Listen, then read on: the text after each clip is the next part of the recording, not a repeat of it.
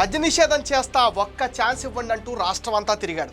అధికారంలోకి రాగానే షాక్ కొట్టేలా ధరలున్నాయి. అది కూడా స్టార్ హోటల్స్లో మాత్రమే దొరుకుతుందని చావు కబుర్ చల్లగా చెప్పాడు. ప్రైవేట్ వాళ్ళను తరిమేసి ప్రభుత్వ దుకాణాలు తెరిచి క్యాష్ అండ్ క్యారీ అమ్మించాడు. పేటీఎం, గూగుల్ లేవు, పిచ్చి పిచ్చిగా సొంత బ్రాండ్. ఏకంగా డిస్టిలరీలనే స్వాధీనం చేసుకుని ఎన్ని కేసులు తయారవుతున్నాయో, ఎన్ని అమ్ముతున్నారో, ఎన్ని బాటిల్ డబ్బులు ఖజానాకు జమ అవుతున్నాయో అనేది లెక్కే లేదు. అమ్మే కేసుల్లో బాటిల్కు కమిషన్ దండుకుని సొంతంగా హోల్సేల్ వ్యాపారం చేశాడు.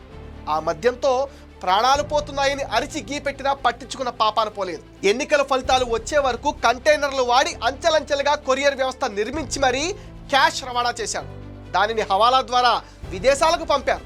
సినిమాలు, వ్యాపారాల్లో అప్పనంగా వచ్చిన మద్యం డబ్బులే పెట్టారు.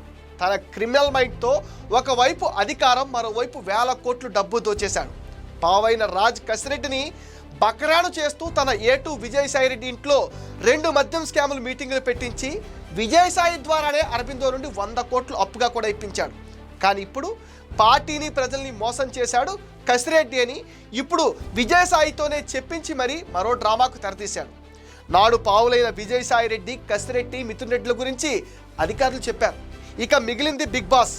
కోట్లాది మందికి అత్యధిక ధరకు నాసిరకం మద్యం అంటగట్టి మనిషి బలహీనత మీద హోల్సేల్ అండ్ రీటైల్ వ్యాపారం చేసి వేల కోట్లను బావుకున్న అతి పెద్ద స్కామ్గా భారతదేశ చరిత్రలో నిలిచిపోనుంది. క్రిమినల్ మైండ్ జగనా మజాకా?